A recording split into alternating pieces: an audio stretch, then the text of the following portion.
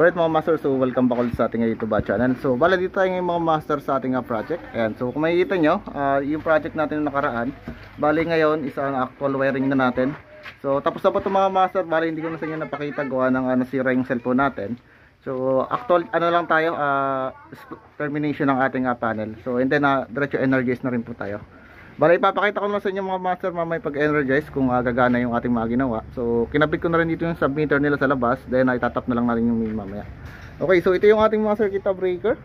So sa circuit breaker natin mga master is separate po yung ating mga load ng ating bahay. So yung main po natin sa 40 amperes. Ayan, so 40 lang po yung ginamit natin kasi hindi naman ganun kalaki yung load nitong ating bahay. So yung mga aircon natin tsaka rep ay inverter na, so hindi na ganun kalaki kukonsumo ng kuryente. Then yung lights natin, so first floor tsaka second floor, so balik ko konti lang yung ating ilaw dito. So nasa lang 10. Then sa rep natin, so also 20 amperes. And then ECU, meron tayo 20 amperes din. Then outlet natin sa ground floor tsaka second floor, so 20 amperes. And then sa heater natin sa lababo, ayan, so sa water heater natin. Okay, so ngayon nakakabit ko na muna rito yung ating mga breaker dito sa ating panel. So yung panel lock dito mga master, isa binaba ko na rito yung ating mga wires. Ayan. So regarding sa ating pinakang main line, so gumamit lang tayo rito ng number 8 kasi 40 amperes lang po yung ating mismong main. Then yung ating mga wire po, ito na yung sa load natin. Ayan, pababa. Okay, so papakita ko sa inyo yung inakbal. Okay, so kakabit ko muna yung ating circuit breaker.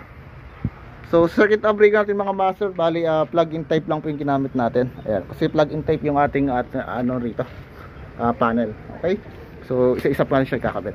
Okay, so pagkabit ng mga master, bali kakalang lang natin siya rito. Ayan, so ito yung lock natin. Then itikid sa ating bus bar yung mismong clip ng ating breaker. So unahin muna natin yung main natin. Ayan, pasok muna natin siya rito. Okay, so madali lang siya ipasok. Okay, next natin ay sa lights. Ito ay saan nga pag-aari? Sa aircon. So pasok ko na muna yung sa aircon unit natin, outlet at saka yung lights natin. Ayan. So yung outlet natin, dito ko siya lalagay. Okay, then yung lights natin sa baba 15 ampere.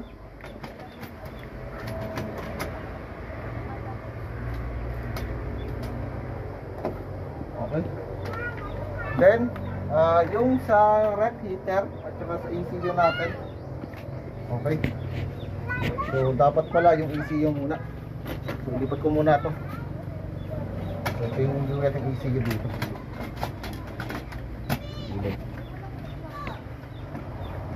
Then outlet natin ay din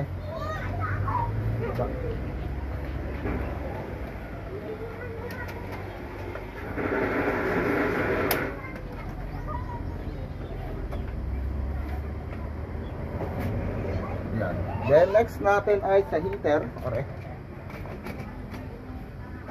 Okay, then yung last is sa rep.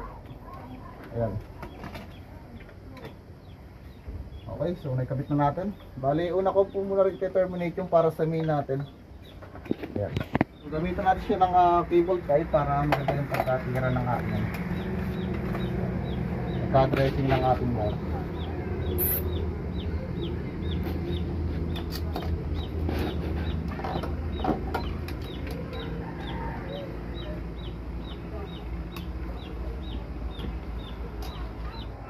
Okay lang yan.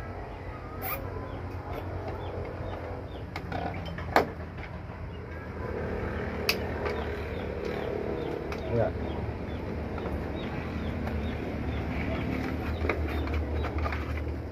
Okay, putin na natin siya rito.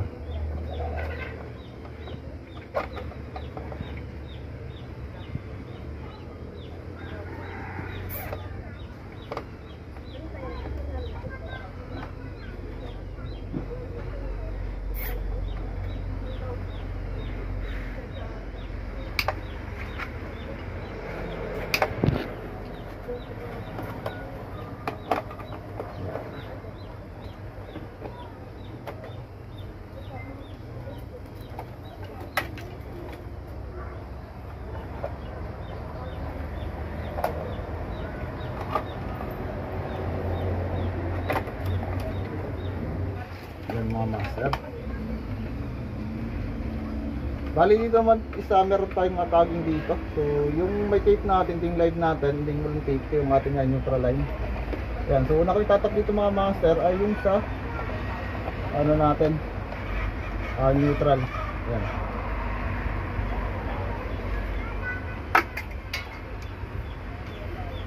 Yan, takat ko muna siya.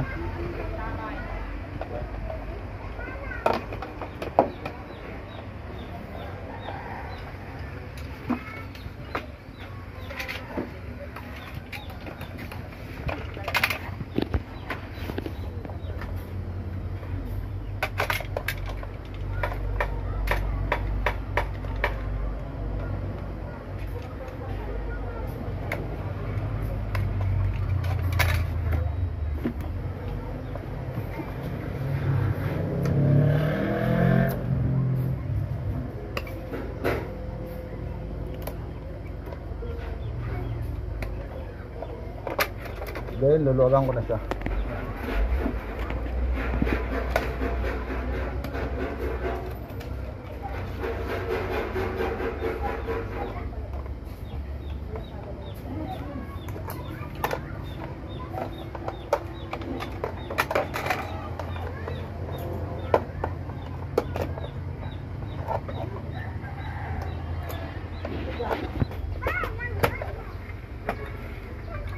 Okay, so na-tap ko na yung neutral natin. Next natin ay yung live na.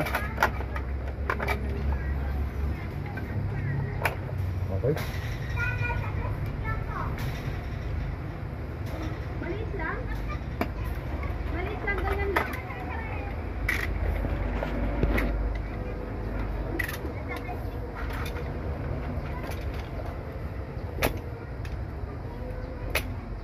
Hoy, iba, wag mo maglang ng rubber.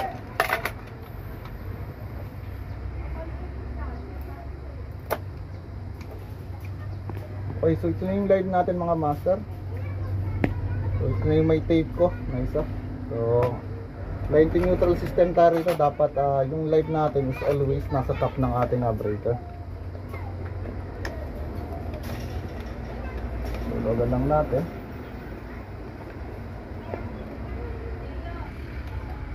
Okay mga master, bali na itap ko na rito yung ating main. And so okay na, yung number 8 natin. So kasi 40 amperes lang yung ating pinaka-main circuit breaker. So next natin dito yung ACU and tsaka yung lights natin. So ito yung ACU natin na wire, then ito yung lights natin. Okay. So lagyan ko muna siya ng cable tie para maganda. Ayan, good na rin ako.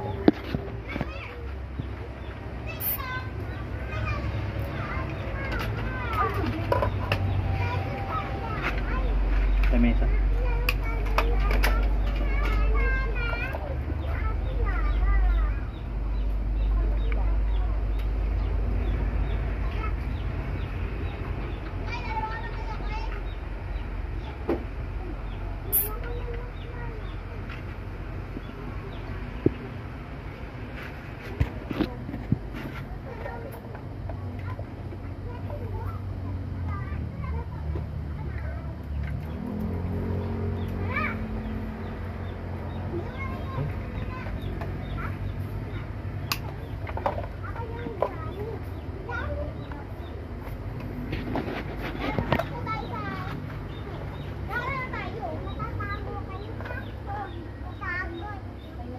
So tapos dito yung ating pinakang ayun. So ECU natin muna. Ayan. Gamita ko na siya ng speaker.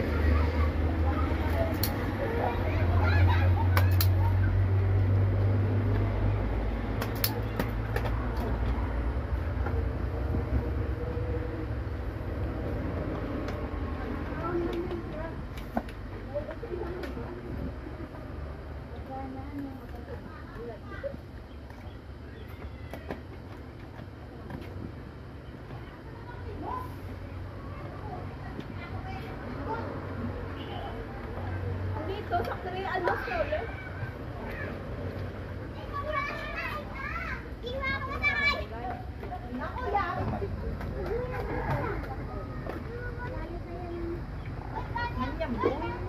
Okay, so next natin ay yung sa, ano natin, sa lights na.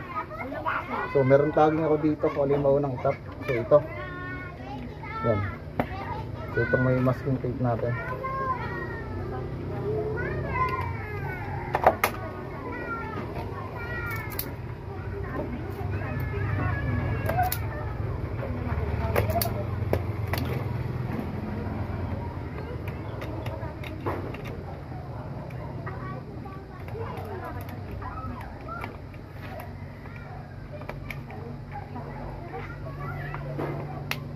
Okay. Then next natin ay yung neutral ng ating lights. Ayan.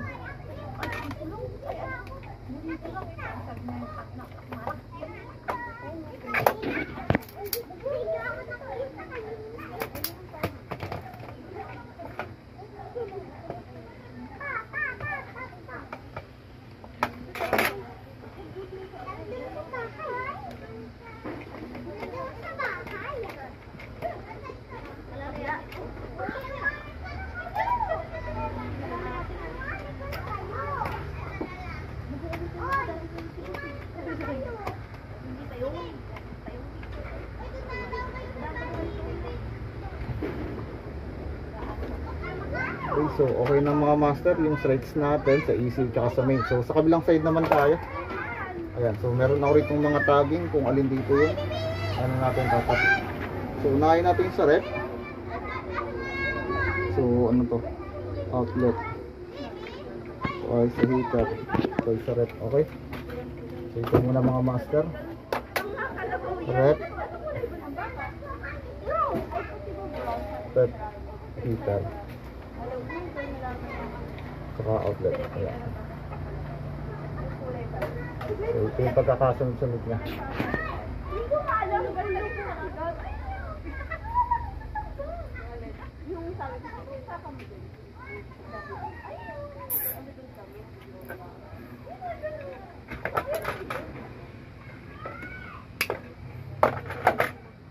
Okay, so rep muna, unahin natin.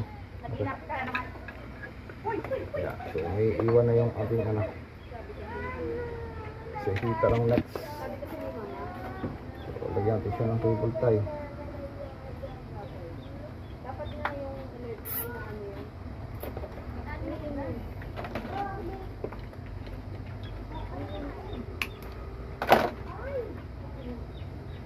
So may iwan na yung sa heater natin.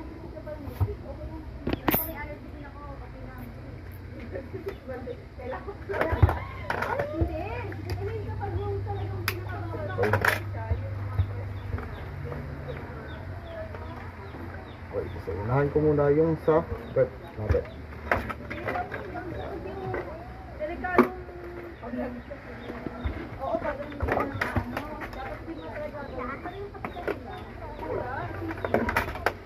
Hoy, Deo!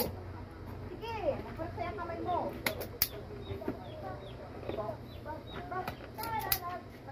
Ay, isang sobra na ito. Hindi, kibintang mo. Ay, Sige, kuha ko po ka. tatali ko lang dito.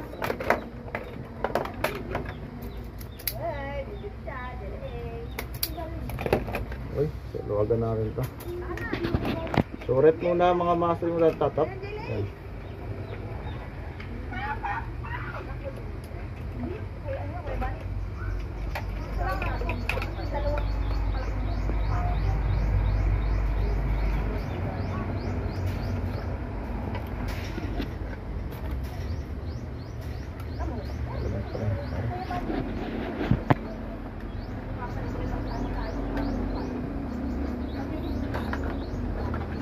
Okay, so next natin yung ating neutral line. Tama.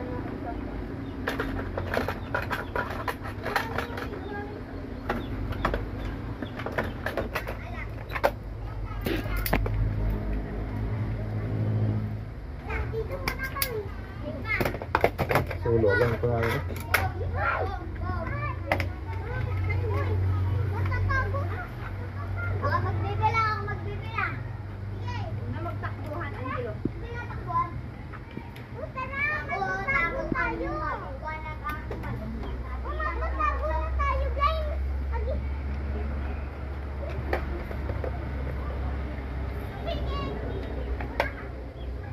Okay, so next natin ay sa heater, mga master. Ito. Ang heater natin.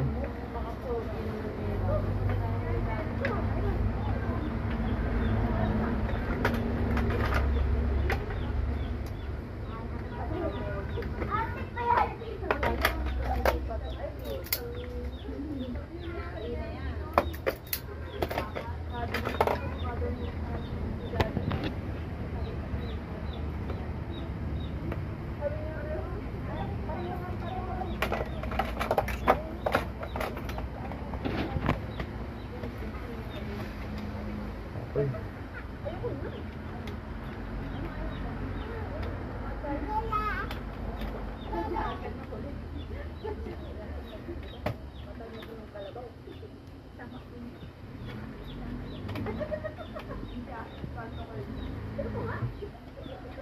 Bumalik pala. Okay mga master, so bali okay na. Bali na-tap po na rito or na-separate na natin dito yung load ng ating bahay. Bali gagawin natin dito is actual checking tayo ngayon ng continuity. So para malaman natin or matest kung meron tayong shorted na ginawa para dito sa ating termination sa ating panel. Okay, so gamit lang tayo dito ng clamp meter. So gamit lang kayo ng clamp meter. So sa clamp meter natin mga master, so range nyo lang dito sa ating continuity nasa may buzzer natin. So pag shorting ko yung dalawang ating test probe, ayan, so kung habas yung isa tumutunog. So ngayon kapag tinap natin dito sa terminal lang ating circuit breaker, yung dalawa rito, yung line 1 at line 2 natin, sa taas at sa baba. So dapat wala siyang continuity or wala siyang reading. Okay, so check natin muna sa main. So ayan, short ulit. Okay. Okay, good. So wala siyang short. Then ECU. Okay, good. Wala siyang shorted. Ayan. So yung lights natin, okay, good yung lights natin. So wala siyang shorted. Okay, so kahit pagkanahin natin siya, so hindi siya magkakaroon ng shorted dito. Then wrap natin, alright.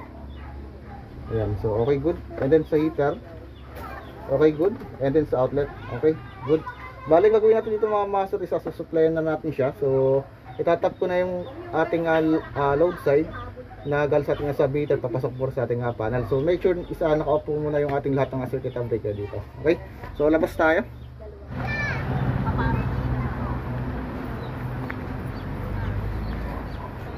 So ito yung ating line side, isa nanggaling siya sa ating service entrance. So meron na yung supply.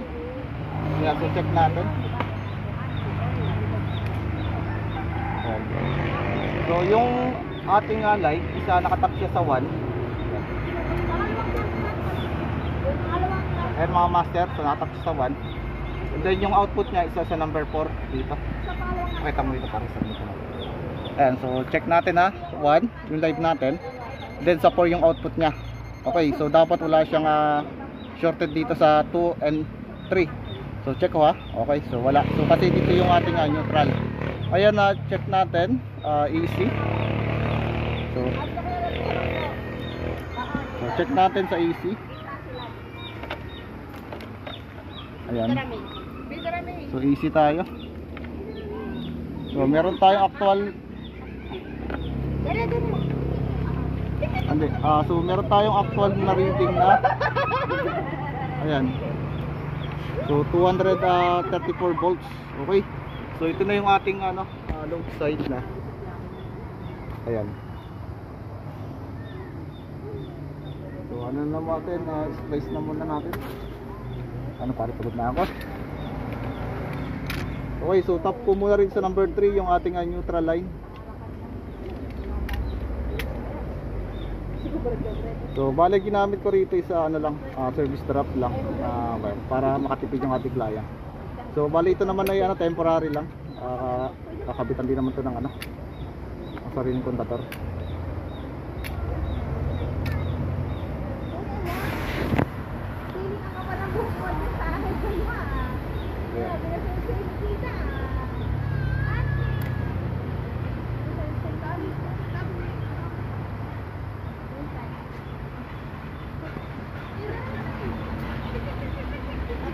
Then yung ating load side, which is ito yung ating light natin.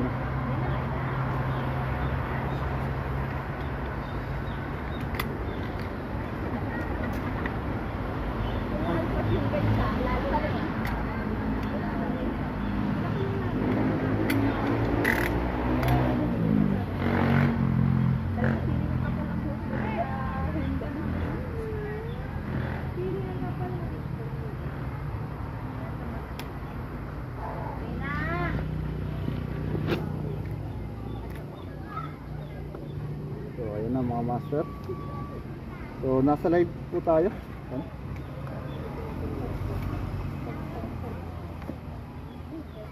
Magkakailaw na kayo, Toy? Natapos na? Ha? Ilaw na? Oo. Yung ating neutral, so wala siyang tape, so nakatap siya sa number 3. So ito muna yung itatap natin.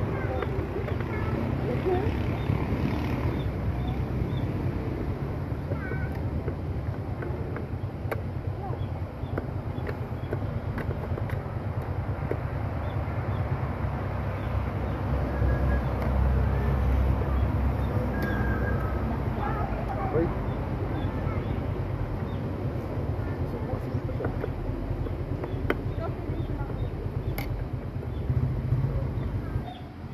Yun.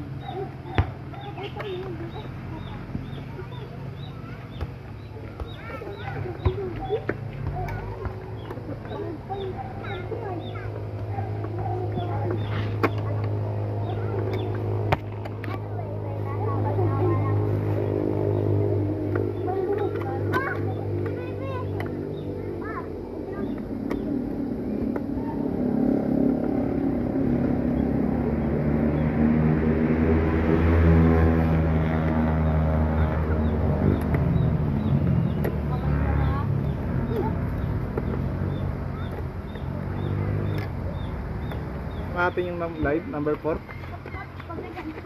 Yeah. Ano yung mga kawad ka dyan?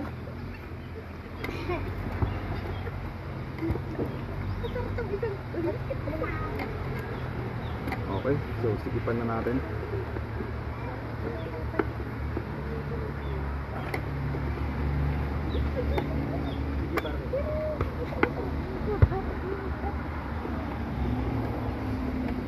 Gamit ang dito po sa YouTube. Walang dami. Ha? I-tap na natin dito sa ating panel. So check na lang natin yung ating supply kung meron. Ayan, so yung ating main, so naka pa yan. So check muna natin. Okay, so 233 volts. Okay, lubat na. Okay, so itataas ko na. So lubat ng cellphone natin. Okay, taas ko na yung main. Then ECU natin. Then lights. Then outlet. Heater. And then rep. Okay, so walang shorted. Okay, so buhayin natin dito. Dito ko muna. So ito yung switch niya mga master sa labas. Ayun, nabuhay. Yung buhay mo. Kasama nung nasa truck. Ayan, sinubuhay. And then sa loob, are, baba. Okay, off. And then yung sa labas, dito para sa labas. Takbo tuloy yung bata. Ayan, sa labas. Ayan. So okay na. Bali ano tayo? So dito naman tayo mga master sa kusina. Ayan. Okay, good. CR natin. Ito, CR. Okay, good. So buhayin mo natin lahat. Then akit tayo sa taas. So check natin. Okay, so sa taas tayo mga master. So sa kwarto, are. Ayan, so okay na. Then sa labas, wala pa lang bumbilyaw. Ayan, so okay na. Then dito tayo sa gilid. So sa kwarto, okay. So meron tayong mga outlet dito. Bali okay na yun mga master. So may power supply na yan. Then yung ating aircon, bali tatapalan na lang natin yan. Okay, so yun lang muna mga master. Salamat po. So bali mga master, so gagawin na natin dito sa tatakloban ko na lang yung ating panel dito para tapos na tayo. Okay. Alright mga master, so bali tapos na. Naikabit ko na yung ating submeter. Okay na. Umagana na mga master. Then yung ating ito panel, so bali natakloban ko na siya. Ayan, so okay na yung ating panel dito. Okay, so yun lang mga master, bali napakasimple yung ginawa natin ngayong araw. So salamat po.